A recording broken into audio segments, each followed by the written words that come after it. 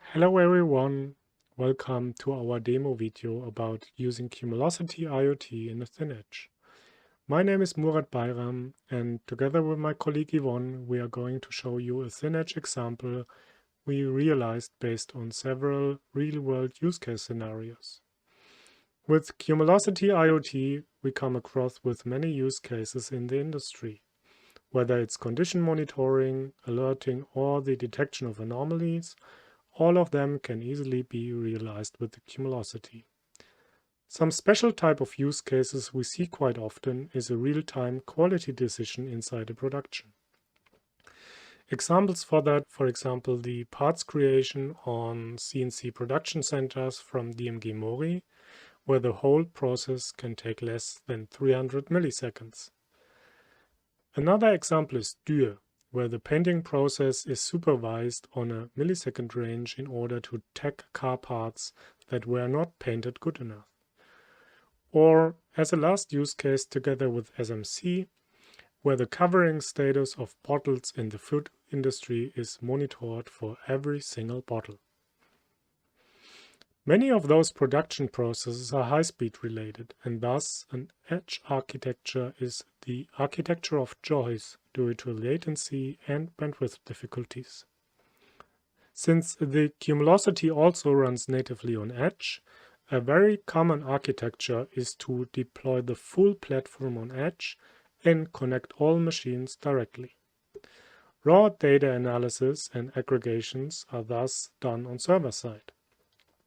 However, this scales inefficient with increasing number of machines, especially if many processes should be supervised in terms of quality decision based on high-speed data. And since many machines are equipped with hardware that could be basically do the pre-aggregation and decision, the question that arises is, why not use the compute power on machine side to pre-analyze? And that's the whole idea of what we call the ThinEdge. Ewan will tell you more about it.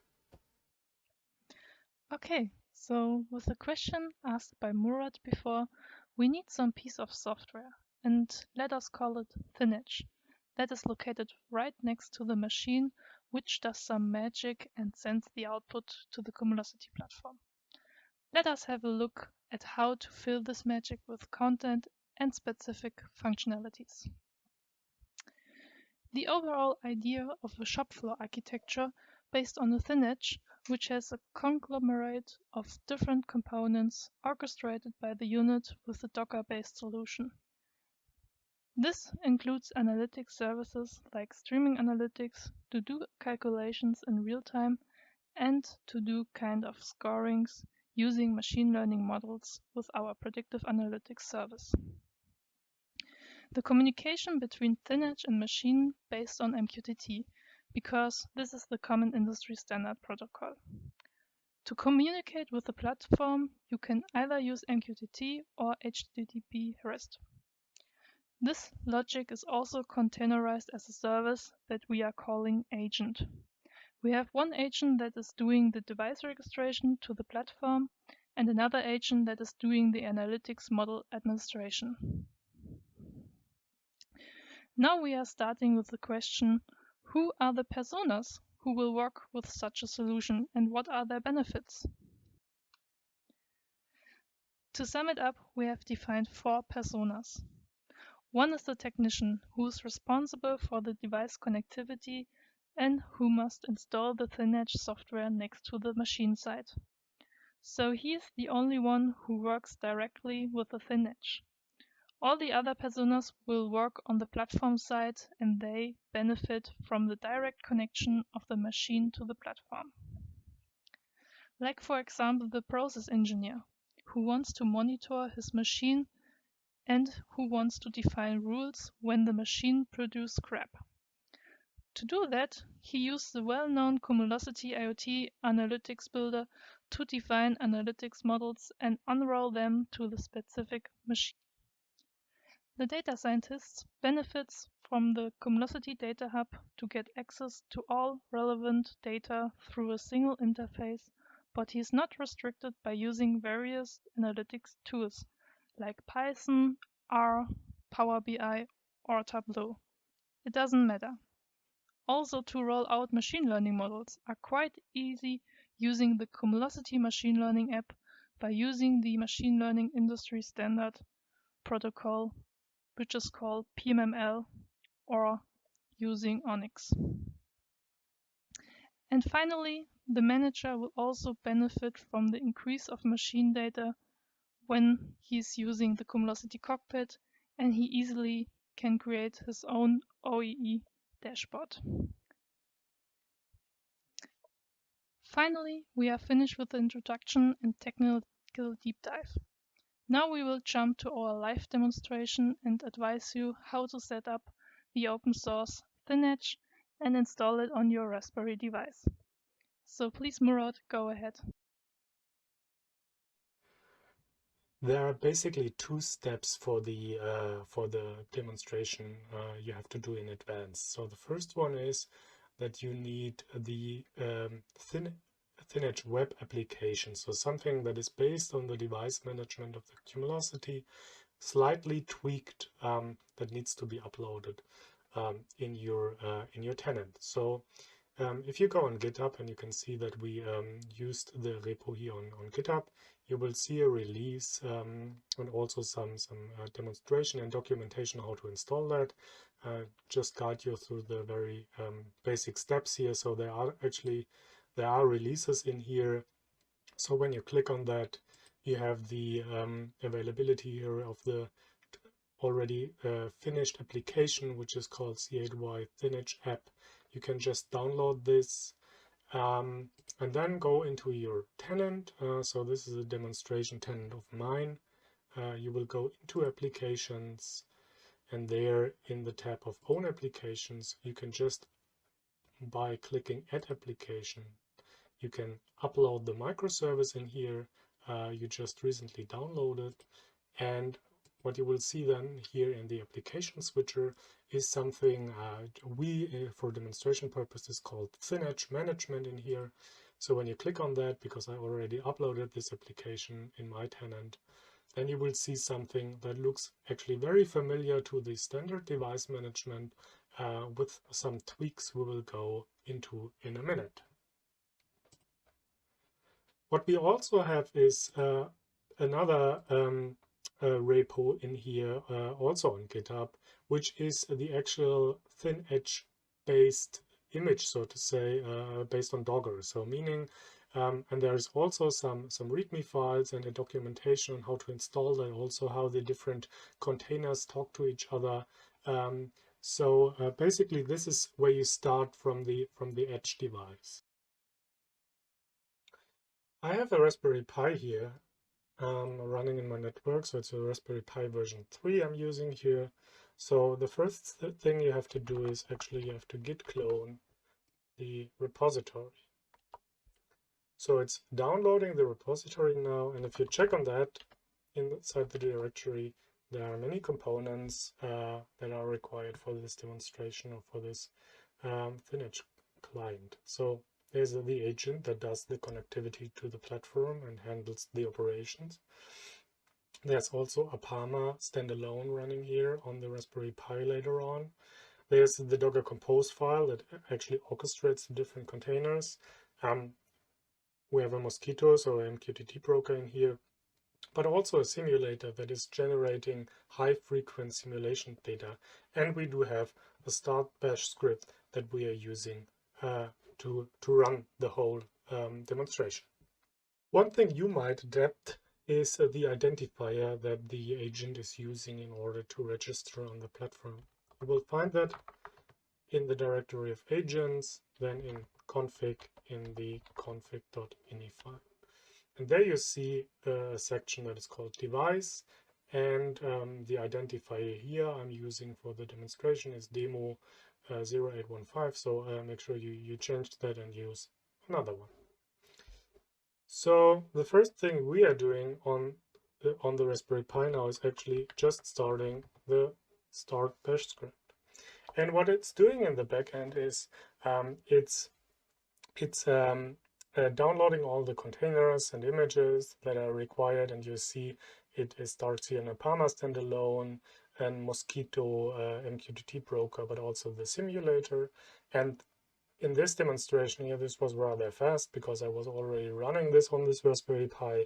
So when you do this the very first time on your Raspberry Pi, this might take a while because you're downloading a lot of images. So the next thing is I will go to my tenant.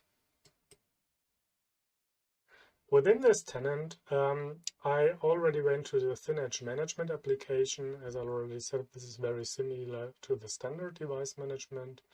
And within devices, we will now do the device registration. So when I register device, and I mean the process itself is well documented on our webpage, what you can do in here is the general device registration against the device ID, which, if you remember, is as I put in here. So when I send that, then the platform itself awaits that this device registers or tries to register on the platform, and you see I can now click remove or accept, and when I do so, when I click on accept, the Raspberry Pi will itself receive its own credentials and can then communicate with the platform.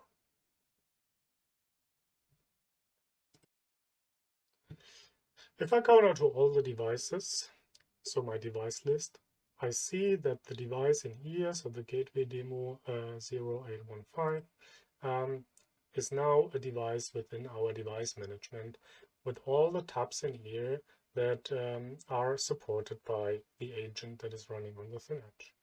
So that's the info that just shows the standard device data. Also, I can put in a required interval in here. The next one is the type of measurements.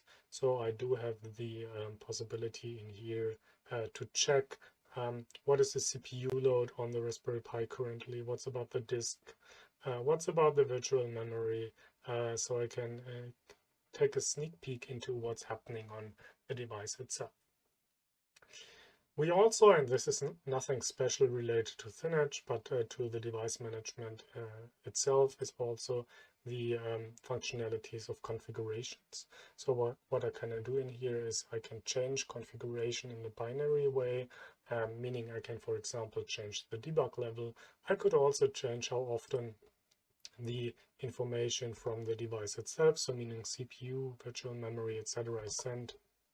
And if I click on save, then this operation will be sent to the device agent, and the ThinEdge, and this is what I can check on control, will then afterwards change the frequency it sends data to the platform. What is also included in this demonstration is everything around the remote access.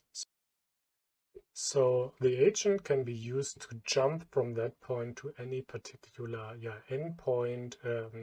Is it VNC or SSH? So this can be used for remote access from the platform side. So what I can do here is I can add an endpoint. And what you see here is there are several protocols, so meaning VNC or SSH, but also Telnet, which we definitely not recommend. So from a device-centric point of view, I enter the IP address I want to jump to. In terms of VNC, this is not user-related, but I just need a password.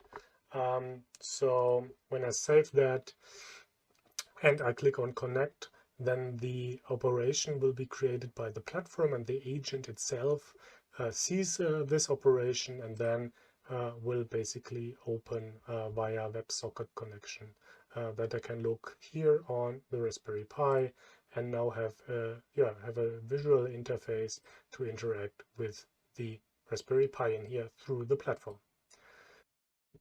Those are basic functionalities of the device management of the Cumulocity. What you see in here are those two tabs.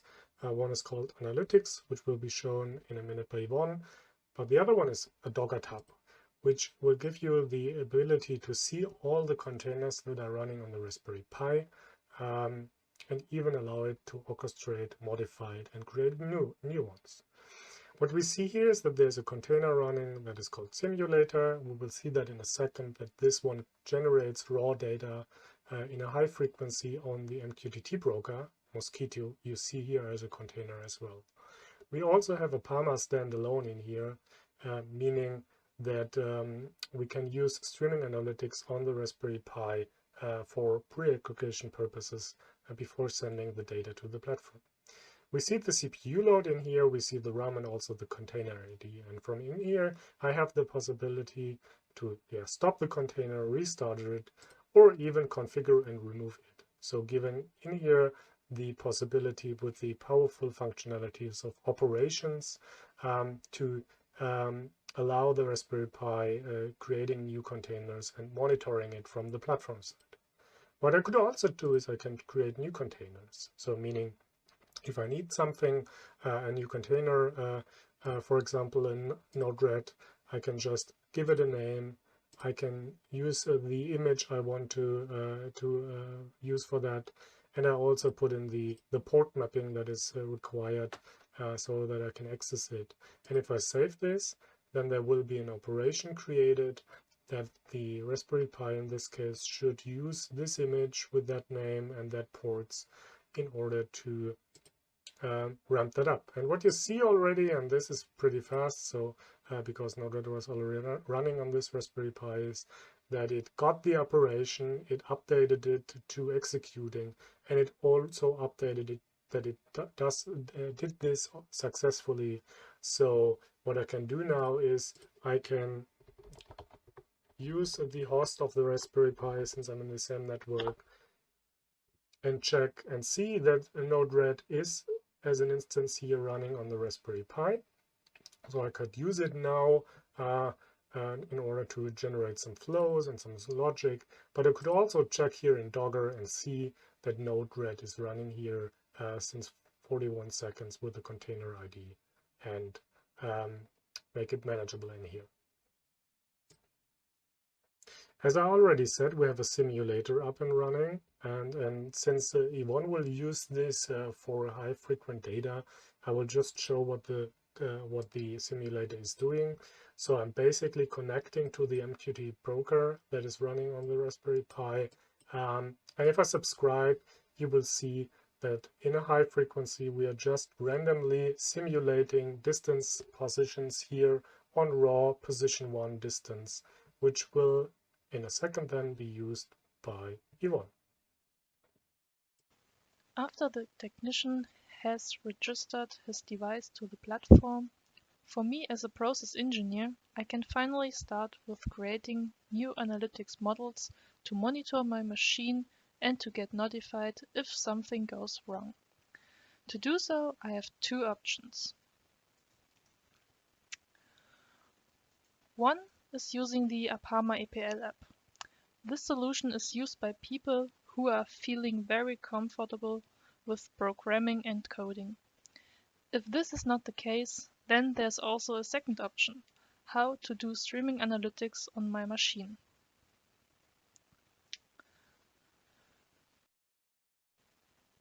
The second one is the Analytics Builder, which is a fully UI-driven application for modeling new analytics models.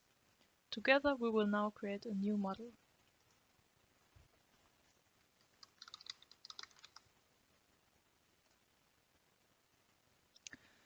Now we are seeing the model editor.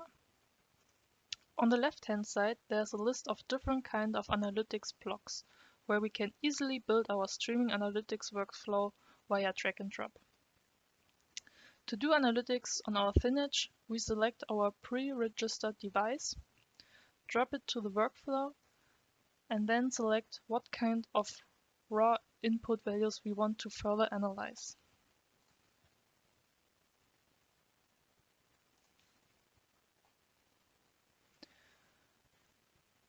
Now we have a lot of different options how our workflow should look like. Do we want to calculate an average or standard deviation?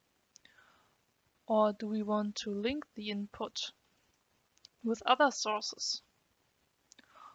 Or maybe we want to run machine learning models right on our ThinEdge. Or this is possible without any coding efforts. Let's do a small example. with an average calculation.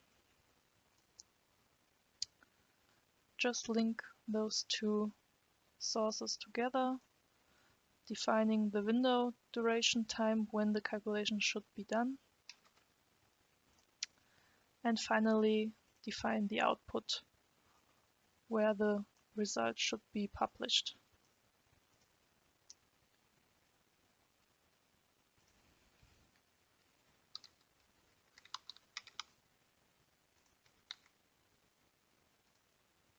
After defining your workflow, just save it, go back to your overview, and because we don't want to run this model on the platform side, but on the ThinEdge side, we now have to go to our ThinEdge gateway application to upload this model right on the device side.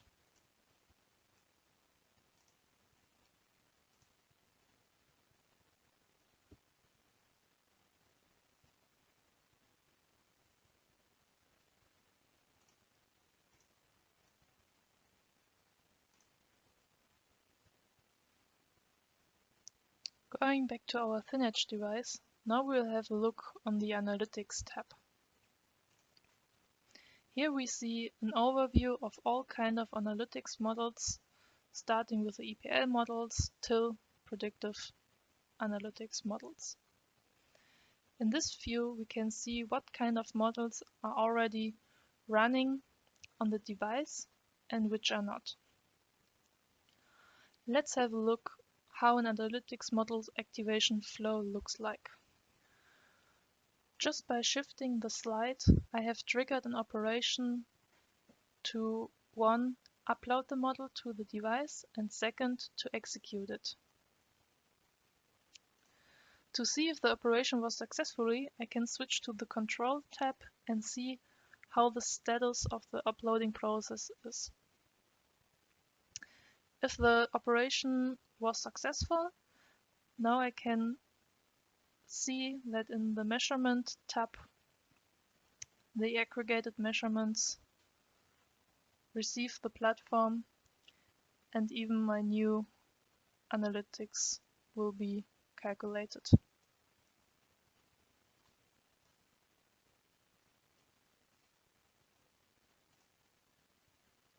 If you want to start with our ThinEdge solution by yourself, please feel free to download our project from Git and start with the Cumulocity free trial tenant to connect your Raspberry ThinEdge very fast and easily.